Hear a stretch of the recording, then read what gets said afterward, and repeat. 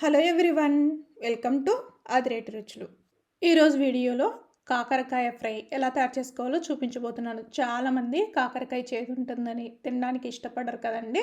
ఒక్కసారి నేను చెప్పినట్లు ఈ కాకరకాయ ఫ్రై ట్రై చేసి చూడండి, తప్పకుండా నచ్చుతుంది.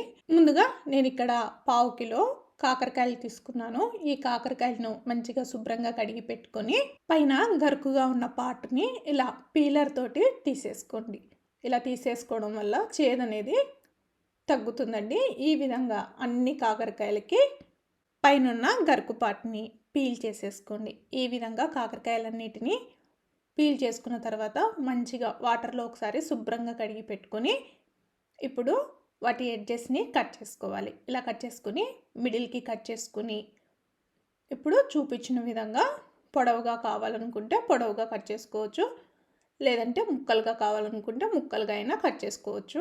కాకరకాయలు లేతగా ఉన్నాయి కాబట్టి నేను డైరెక్ట్గా లోపల ఉన్న పార్ట్ని తీసేసుకోకుండా ఇలా కట్ చేస్తున్నాను. ఒకవేళ లోపల విత్తనాలు ఉన్నట్లయితే లోపల విత్తనాలన్నింటినీ తీసేసుకొని ఇలా ముక్కలుగా కట్ చేసుకోండి.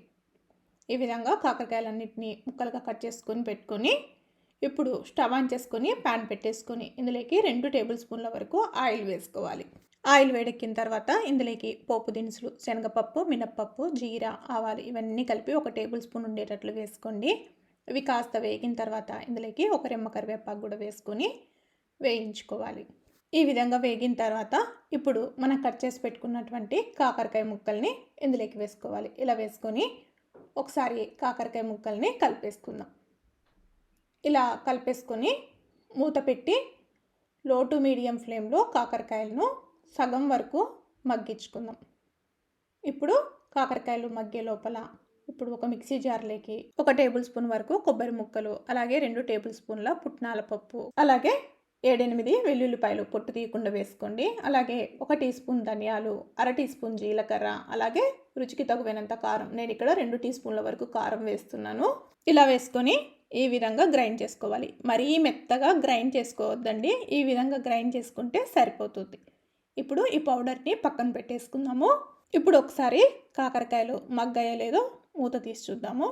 చూడండి, కాకరకాయలు సగం వరకు మగ్గాయి. ఈ విధంగా మగ్గిన తర్వాత ఒకసారి కలిపేసుకొని ఇప్పుడు ఇందులోకి 1/2 టీ స్పూన్ పసుపు, అలాగే కాకరకాయలు మగ్గేటందుకు రుచికి తగినంత సాల్ట్, నేను ఇక్కడ కాకరకాయకి తగ్గట్టుగా మాత్రమే వేస్తున్నాను. ఇప్పుడు వేసుకొని ఒకసారి కలిపేసుకొని మళ్ళీ మూత పెట్టి మగ్గించుకోవాలి. చూడండి, కాకరకాయలు మధ్యలో కలుపుకుంటూ ఈ విధంగా మగ్గించుకోవాలి. చూడండి, కాకరకాయలు అనేటివి బాగా మగ్గిపోయాయి.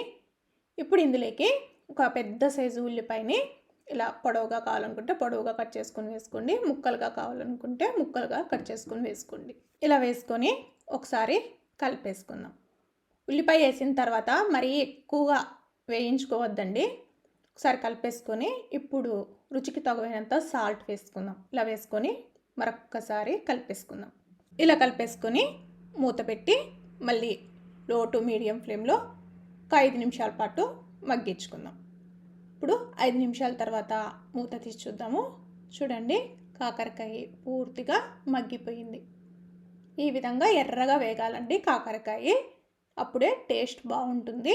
ఇప్పుడు ఇందులోకి మనం గ్రైండ్ చేసుకున్నటువంటి పుట్నాల పప్పు పౌడర్ని ఇందులోకి వేసుకోవాలి. ఇలా వేసుకొని ఒకసారి కలిపేసుకుందాం. స్టవ్ అనేది లో ఫ్లేమ్లోనే ఉండాలండి. ఇలా ఒకసారి కలిపేసుకొని ఇప్పుడు స్టవ్ ఆఫ్ చేసుకుంటే సరిపోతుంది. మీకు నచ్చితే కొత్తిమీర వేసుకోండి, లేదంటే లేదు. నేనైతే ఇందులోకి కొత్తిమీర యాడ్ చేయలేదు. ఇప్పుడు సర్వ్ చేసుకుందాం. అంతేనండి, చాలా రుచిగా కాకరకాయ ఫ్రై అయితే రెడీ అయిపోయింది. ఒకసారి మీరు కూడా ఇలా ట్రై చేసి చూడండి, తప్పకుండా నచ్చుతుంది. మీకు కనుక నా వీడియోస్ నచ్చినట్లయితే లైక్ చేయండి, షేర్ చేయండి, అలాగే కామెంట్ చేయండి. మరిన్ని రెసిపీస్ కోసం ఆదిరేటి రుచులు ఛానల్ని సబ్స్క్రైబ్ చేసుకోండి. Thank you everyone.